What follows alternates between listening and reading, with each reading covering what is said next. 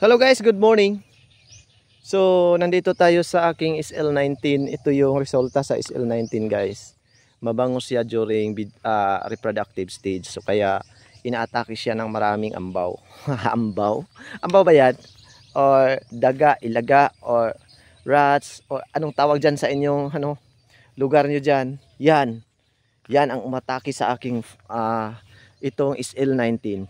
Yung nakikita niyo guys, yan hanggang diyan lang yung SL19. Ang doon sa unahan ay ano na yan, US88. Ngunit yung US88 guys, iba rin yung atake ng dahil bawat bawat tawag diyan, bawat stage ay may kanya-kanya silang inilabas na aroma. Kasi during vegetative stage, dito na lang muna tayo magtatakol sa SL19. Itong SL19 kasi ay grabe, mabango siya during reproductive stage. Lalo na sa during PI, mag-secrete siya ng kakaibang aroma. Parang kahit ako nga dumaan dito sa gilid sa dike, o siyempre sa dike naman tayo dadaan, hindi naman sa gitna, di ba? Ay talagang in Bisaya masimhutan yun nato ang lami, humot nga kanang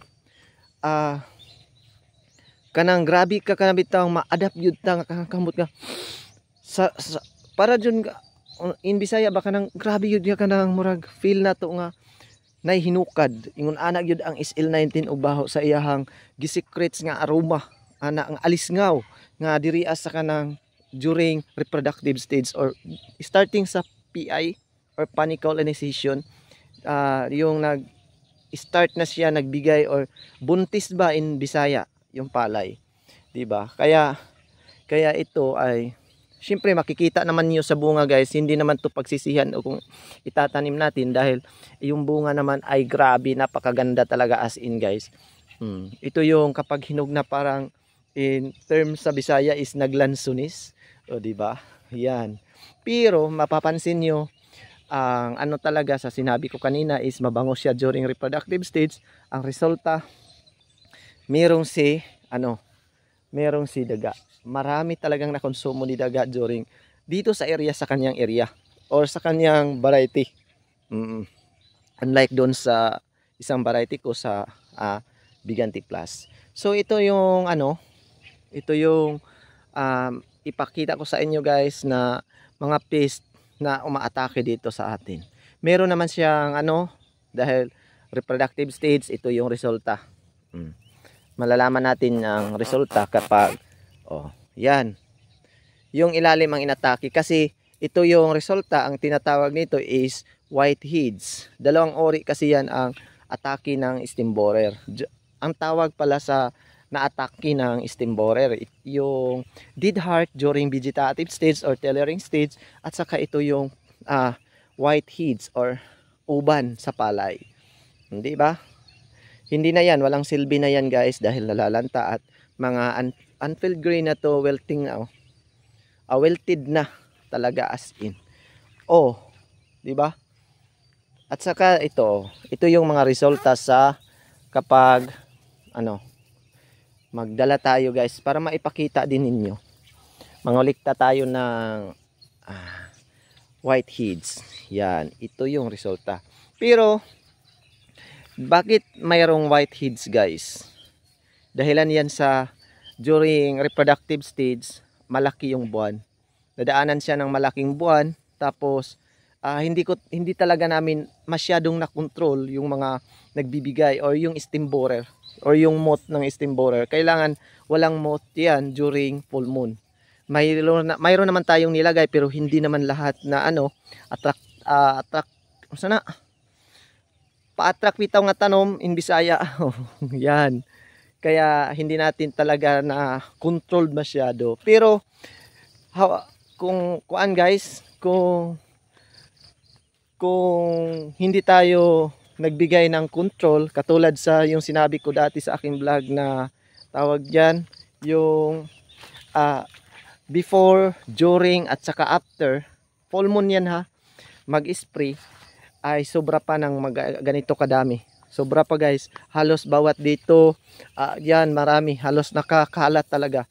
dahil nagpuntrol tayo sa ganung paraan ay medyo na minus-minusan ang ating nakikitang danyos dito, lalo na sa whiteheads. Paikot tayo dito sa aking US 88. Ito na guys, US 88 na to. Ang US 88 yung una sa lahat, bawal ito sa mga swampy areas. Kaya dito ko nilagay sa medyo pero nagpakita pa rin siya ng mataas. Tingnan nyo guys. Ilagay ko muna yung camera dyan. Tapos ito. Halos dito hanggang dito So nasa 5 feet. 5 feet kasi 5'5" ang ko height. So nasa 5 feet yung palay, yung pinakalas na dahon, kasi yon ang basihan, yung pinakalas na dahon, yung pinakatip ba, yung pinakatip, dahil ang pinakalas na dahon ay yung tinatawag na flag leaf. Ang flag leaf ay siya ang magsilbing kalan or kitsen ng ating palay, kaya kailangan nating alagaan yan during reproductive stage. Ay siyempre lahat naman baka magko-comment naman kayo na during ganyan lang na stage ba talaga, as in hindi naman. Kailangan sa lahat ng round kailangan natin yan alagaan. Bawat stage ay mahalaga. Kung kayo ay nasa 4 stage na, stage 4 kung kayo ay nasa stage 4 na, ay alagaan yung sarili nyo guys. Tawa na lang natin yan, ang ating mga problema yan. Hindi na yan. Kaya nga ang ginawa ko ngayon ay parang iwas stress guys. Hindi na ako nagpapa-spray na lang ako at nagpasuhol na lang ako ng mga tao na mag-spray dahil parang masakit sa damdamin ba. Drama-drama na dayon ang epic Kaya nga guys, tingnan na Kasi makumpara nyo kasi yung sa gilid kumpara sa gitna. Kasi kung habang nag-i-spray guys, maisip ko tuloy kung ganito pa lang lahat sa gilid, maganda sana yung yield ko, or masabi ko sana na tiba unta. So inguna ganyan talaga ang buhay guys. So hindi naman natin mag-eskwela ka tan ay pang-abog.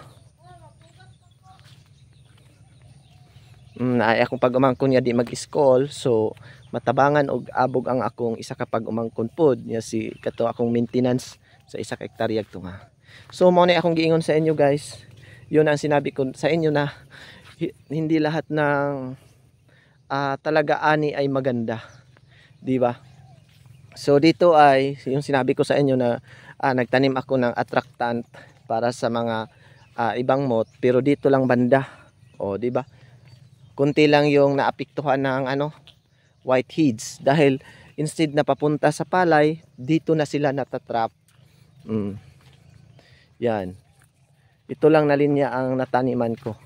Ito guys ito sanhi ito ng sanhi ito ng tawag diyan ng daga. Yan. Sana tuloy-tuloy na tong tinding init guys, para madali lang to siya mahinog at ma-harvest dahil sabog at wasak sa mga insekto or mga pest pala. Hindi lang insekto kundi pati na animal. Yan. 'Di ba? Animal naman kasi yung rat. 'Di ba?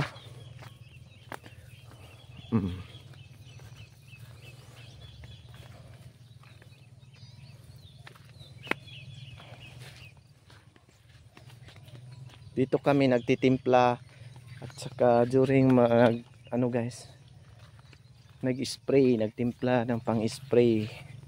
Yan, pauwi na tayo.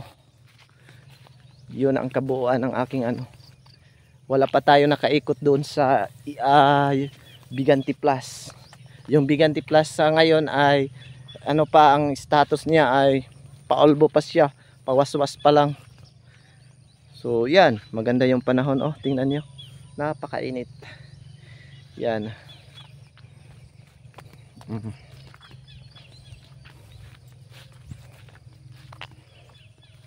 Grabe talaga. Yung buhay bilang sa farmer, hindi talaga mabiro. Mabuti pa ay nag-artista na lang kasi lahat ng kaba masaya ka man during harvestan. Depende na lang kung kailangan mo bang magpakasaya dahil ang resulta hindi mo alam. Katulad sa ngayon, nako, grabe. Grabe as in guys. Pero hindi pa rin natin hawak yung yield. Baka mayroong blessing. Kahit nakita natin yung baka ikumpara pa din ang ating yield dati. Di makakatulong talaga tayo.